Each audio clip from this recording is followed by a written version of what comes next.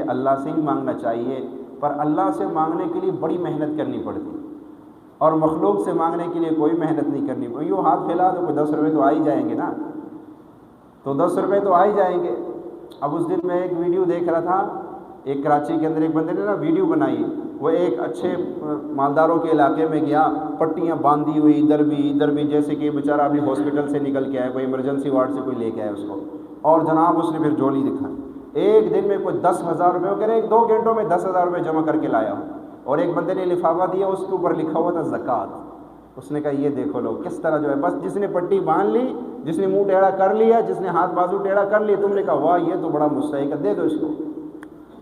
تمہیں کیا پتہ ہے کہ وہ کیا ایکٹنگ کر رہا ہے؟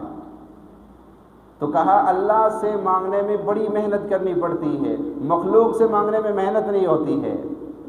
تو انہوں نے کہا پھر ٹھیک ہے، جاؤ پھر ساری زندگی